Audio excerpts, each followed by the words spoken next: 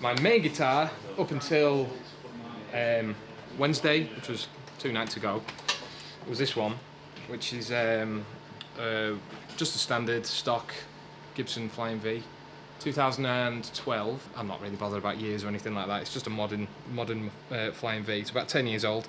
As you can see, it's seen plenty of action.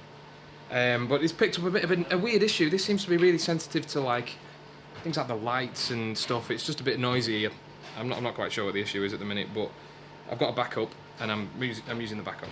But this has got Bareknuckle Pickups in it. That's a mule, which is quite a low output PAF style humbucker. That's a supermassive P90. I love the P90s in the neck. I think they sound way better than humbuckers. 49 to 11s, just early ball power slinkies. I'm not particularly fussy. I like 11s because they like push back a little bit. Anything less than 11, I just feel like I have a tendency to overbend. So yeah, 11s. This is my what's now my main guitar. Again, it's just a stock Gibson Flying V, but this is old. I got this when I was like maybe 14, 15. My dad got me it, and this is a 2005, and this is entirely stock as it came. These are pickups. I'm not entirely sure what the model of pickups is. I actually think they might be burst bookers. I'm not sure, but they sound amazing. So I haven't changed these. I've upgraded the bridge and the tailpiece, and I forgot to mention they've both got Grover tuners on as well, because the stock Gibson tuners weren't that good. I'm running the Sennheiser G4 wireless system, which I'll turn off, save the battery, with a new pouch that Gaz, lovely tour manager, got us. He's a sexy man, he's Gaz. I've only got the one pack, so if I have to change guitar, I just take the strap off. I've got strap locks, and then plug them straight in. And to be honest, that is just as quick as doing the old switcheroo another way. So until I get another pack, that's how I do it. Okay, so guitar makes the noise.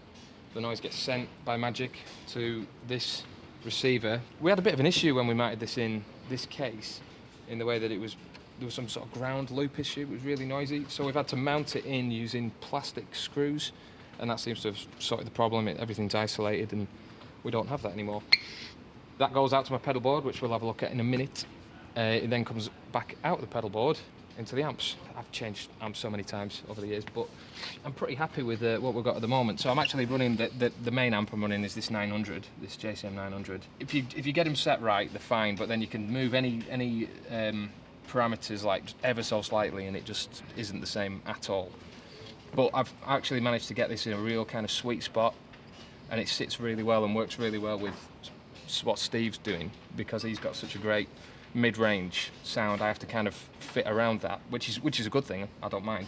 So that's my main amp, and I've kind of level matched it with the Vintage Modern, which gets somewhere in the ballpark. This is a little bit more kind of saturated, less clean. This is just a really great rock and roll sound. You know, it's just, you turn the volume up every night and it's just bang, it's right there, it's right where it needs to be. Whereas this has got a little bit more mojo about it, but it's kind of not the right thing for the gig. So stick with the 900 for now. I'm happy with it. This is a Boss DD3, and it's set. Can't pull it out, sorry. But you have to. I've taped over the things, not because my settings are a secret, because I just don't want them moving. Because it's like set to like a really short, subtle slapback delay. I used to have a reverb in there, but I kind of thought that was a little bit wishy-washy, really. I could never get it set right. Whereas I had to play with this, and it's like barely there, but it just kind of when on the lead breaks, it just adds a little bit more of a sustain to things, and the notes don't just stop absolutely dead. You know, they kind of just trail on just that little bit, and it just gives it a little bit more life, I think. But to be honest, you could take that out, and it wouldn't destroy my tone, you know. Okay, so in between the wireless receiver and getting back to the amp, it goes out to this pedal board, and it's pretty basic as far as pedal boards go. There's nothing crazy going on here. Just hits the tuner, nothing fancy with that. Out the tuner into this flanger, which is new for this tour. I've never used a flanger before, but some songs, we have a song called Halley Screw Ya, where it's on pretty much all the way through it, and it just adds a bit of texture, a bit of movement in the rhythm. You know, again, it's subtle. I'm a big fan of like kind of just so small moves here and there to make a bigger sound. So it's out of that into this Mini Wah, which I actually really love. I got this just because there was someone selling one locally. I was actually after a full-size one, but I've come to really love the mini ones. I think there's got a bit more treble on them, like, you know, like they've got a bit more rocking, and they're easier to leave kind of cocked halfway, which I like doing for some lead bits. I love that cocked wah kind of Mark Knopfler thing. And this is like a fuzz with an octave, like a real heavy octave thing going on, which is absolutely cranked, because that's the effect I want. So I've actually dialed it back, so I'm not really getting much of the fuzz sound, I'm just getting the octave effect out of it. And that comes on for a couple of solos, and I don't know, I just love that Jimi Hendrix dirtiness. I think it's amazing.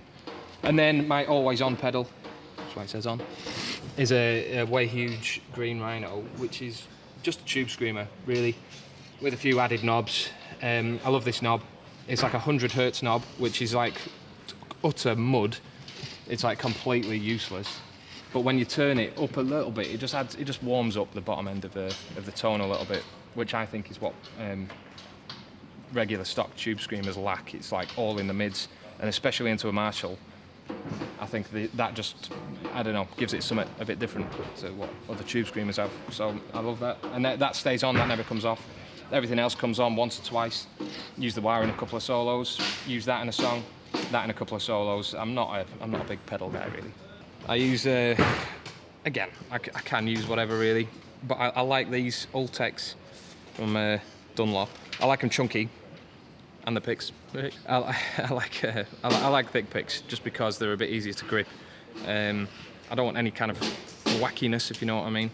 I like to, when I dig in, I've got complete control over it. It's not all a flapping everywhere. Just this material is just really grippy. I just find it a little bit more grippy than your standard Tortex. But that's it, really. I don't really, I'm not too fussy with that. These, shh, don't tell anyone. They're not real. These are completely dummy. We had 4, and Marshall just made us 4 more for this tour, which is great, you know, because I mean, look at them, they're just amazing. But yeah, they're completely unloaded, nothing in them, so you can pretend you're really strong when you're carrying them out, you know, 3 at a time. This is pure stage decoration, but to be honest, it serves a purpose really, because as you'll see, where our live cabs are, it makes life for our front of house engineer so much easier, because they're not on stage blasting out, you know, volume into whoever's stood right in front of you in the crowd. You know, they're getting it right in the ears. So we actually have our live cabs backstage. Here we've got the live cabs. These are the ones that are actually making the noise, and this is yeah, so it's really unfortunate for anyone who might be working or standing back here during the show, because it's absolutely deafening. But it means we can absolutely crank the hell out of our amps, and these aren't directly influencing what's happening out there in the front of house. So this is mine. I use the it's just an orange loaded with vintage 30s. It's the open back version. I know people like the closed back, but I've got this one. And these speakers just sound amazing. I used to use just stock 1968 cabinet from Marshall, and which I had, I don't know, GT75s I think they were. Steve'll know more about that. We switched onto the vintage 30s. It was just like someone had pulled a blanket off everything. This sound incredible. Amazing speaker. But before it gets to the cab, we take a split, and that goes straight to Gaz in the front of house, and he mixes that in with the blend. I'm not quite sure the blend of real cab with the, you know, the DI signal, but it sounds amazing, and it's great to have that option. And that's pretty much it. The microphone we're running is a Sennheiser 906, and I think, do we roll off in the setting with roll the top off? Yeah, we roll the top. It's got like a position switch where you can have a flat, or you can like hype the top end or roll off the top end. We roll the top end off because it's just generally fizz. So that combination, you know, 1 speaker, 1 amp, 1 microphone, bang, rock and roll.